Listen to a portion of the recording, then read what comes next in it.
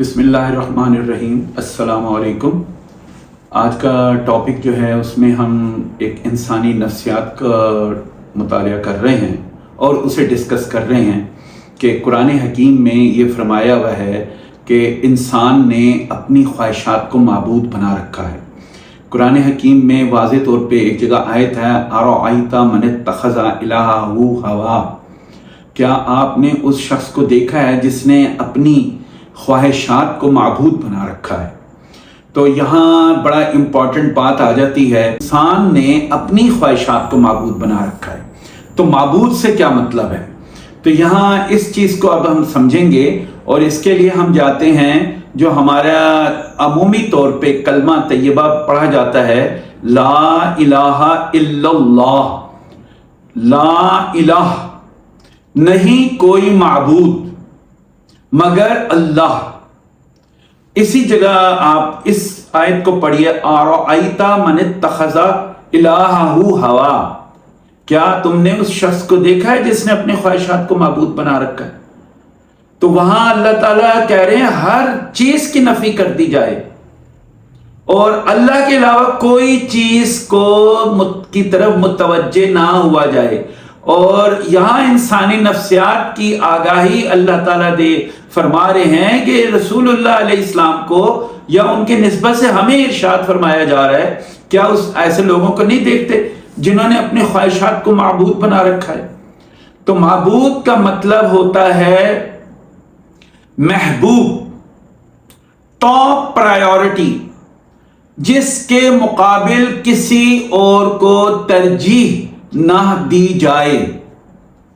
اور جب ہم لفظ معبود استعمال کریں یعنی ایسا محبوب، ایسا مطلوب کہ پوری کائنات میں لا الہ، نہیں کوئی معبود، یعنی نہ میرا معبود زمین ہے، نہ زمین کی اشیاء ہیں، نہ کوئی میرا معبود یا محبوب آسمانی اشیاء ہیں، نہ ہی فرشتے ہیں، نہ ہی جنات ہے، نہ ہی سماوات ہے، نہ ہی عرش ہے، نہ ہی کوئی کرسی ہے۔ میرا معبود صرف اور صرف اللہ رب العالمین ہے۔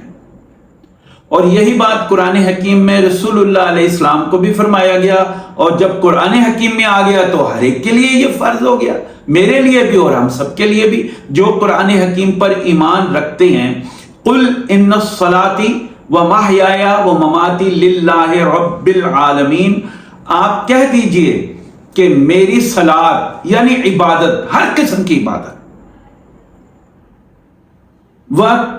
نسکی، اور میری تمام تر قربانیاں جیسے بھی دوں، چاہے وہ جہاد کی صورت میں دوں، چاہے صبر اور شکر کی صورت میں دوں، تمام قربانیاں، وہ حیاتی، وہ محیایا، اور میری زندگی، وہ مماتی، اور میری موت، یا میری موت کا مطلب ہے اس میں ترک بھی ہے، سب کچھ چھوڑنا بھی ہے، وراثت کو بھی ختم کرنا ہے، سب کچھ کرنا ہے۔ میری موت للہ رب العالمین، صرف اور صرف اللہ رب العالمین کے لیے ہے۔ تو اللہ تعالیٰ ہمیں یہ فرما رہے ہیں کہ آپ کہیں لوگوں کو کہ ہاں، یعنی اپنا انٹرنل جو ہے وہ دوسروں کو بتائیں کہ میری زندگی کا بنیادی مقصد یہی ہے۔ تو یہی چیز اللہ تعالیٰ نے قرآن میں تنزل فرمائی کہ لوگ جو ہیں اپنی ہی خواہشات کیا ہوں گی؟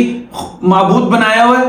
معبود اس لیے بنایا کہ ان کا ذہن 24 آورز میں جو 1440 منٹس ہوتے ہیں، 24 آورز میں 1440 منٹ ہوتے ہیں، وہ 1440 منٹ میں انسان کتنی دیر خالق حقیقی اللہ رب العالمین کی طرف مائل رہتا ہے؟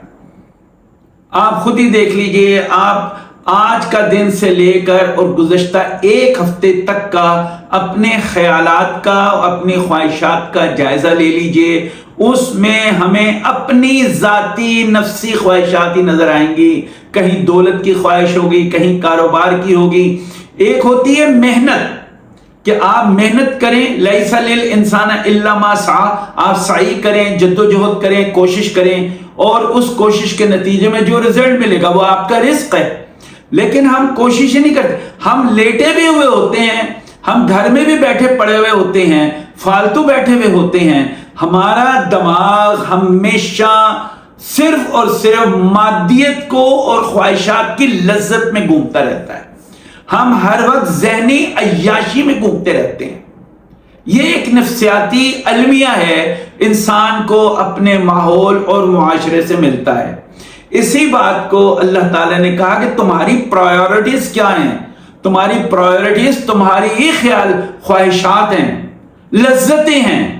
اور فالتو ایک لذت ہوتی ہے کہ کوئی وقت کے ساتھ کسی عملی طور پر آپ نے لذت اختیار کی، اس کے بعد بھی ذہن ان لذتوں میں محو رہتا ہے. تو اللہ تعالیٰ تو یہ فرما رہے ہیں ان کے لیے لا پیدا کریں. تو معبود حقیقی خواہشات کو معبود بنانے کی بجائے خواہشات کا جو اللہ تعالیٰ فرماتے ہیں کہ میں ہی تمہیں زندگی دیتا ہوں، تو میں تمہیں جو زندگی دے رہا ہوں تمہاری روح درمیان میں میڈیم بنا دیا کہ روح کو میں نے توانائیاں دی جو تمہارا جسم تخلیق کرتی ہے، اور یہی روح جو تمہارے جسم میں موجود ہے ہر وقت تمہارے جسم کو متحرک کرتا ہے. جو اللہ تعالیٰ کی طرف سے براہ راست پیغامات اور کرنٹ فلو دیتی ہے، لیکن اس روح کے کرنٹ فلو کو ہم اپنے ارد گرد کے ماحول میں متاثر ہو کر اس کرنٹ فلو کو اپنی خواہشات میں ضائع کر دیتے ہیں. روحانی علوم کا مقصد بنیادی طور پر یہ ہے کہ روح کے کرنٹ فلو کو واپس اللہ تعالیٰ کی طرف پلٹایا جائے، اور یہی ہے لا الہ الا اللہ، یعنی اللہ کے علاوہ اور کوئی ہماری خواہش نہیں ہونی چاہیے. اگر کوئی انسان ہے مثال کے طور پر کوئی چیز بھی اٹھا رہا ہے تو یہ سوچ کر اٹھائے کہ یہ چیز میں نے نہیں اٹھائی ہوئی، اللہ تعالیٰ نے اٹھا کر مجھے دی ہے. میں آپ سے باتیں نہیں کر رہا بلکہ میرے اندر اللہ تعالیٰ موجود ہے جو آپ سے باتیں کرا رہا ہے. میں کھانا کھاتا ہوں، اللہ تعالیٰ مجھے کھلا رہا ہے، اللہ تعالیٰ مجھے پلا رہا ہے، اللہ تعالیٰ مجھے ہنسا رہا ہے، اللہ تعالیٰ مجھے رلا رہا ہے. یہ تو قرآن حکیم میں خود لکھا ہوا ہے، وَالَّذِي هُوَ يُطْعِمُنِي وَيَسْقِينِ وَإِذَا مَرِضْتُ فَهُوَ يَشْفِينِ. وہی ہے جو مجھے کھلاتا ہے، وہی ہے مجھے پلاتا ہے، جب میں بیمار ہوتا ہوں وہی مجھے شفا دیتا ہے، وہی مجھے ہنساتا ہے، وہی مجھے رلاتا ہے. قرآن حکیم میں یہی بات بتائی ہے. اسی کے اندر یہ پورا اللہ تعالیٰ نے پورا سمندر کو کوزے میں بند کر دیا کہ اللہ رب العالمین ہی کائنات کے ذرے ذرے پر محیط ہے. اپنی خواہشات میں اللہ رب العالمین کو موجود جانے تو ہمارے اندر خود بخود امر بالمعروف اور نہی عن المنکر کے جو خواہشات ہیں وہ خود بخود ایک طرف ہو جائیں گی. انسان کا ذہن براہ راست معبود حقیقی کی طرف مائل ہوتا چلا جائے گا. یہی آج کی نشست کا خلاصہ ہے.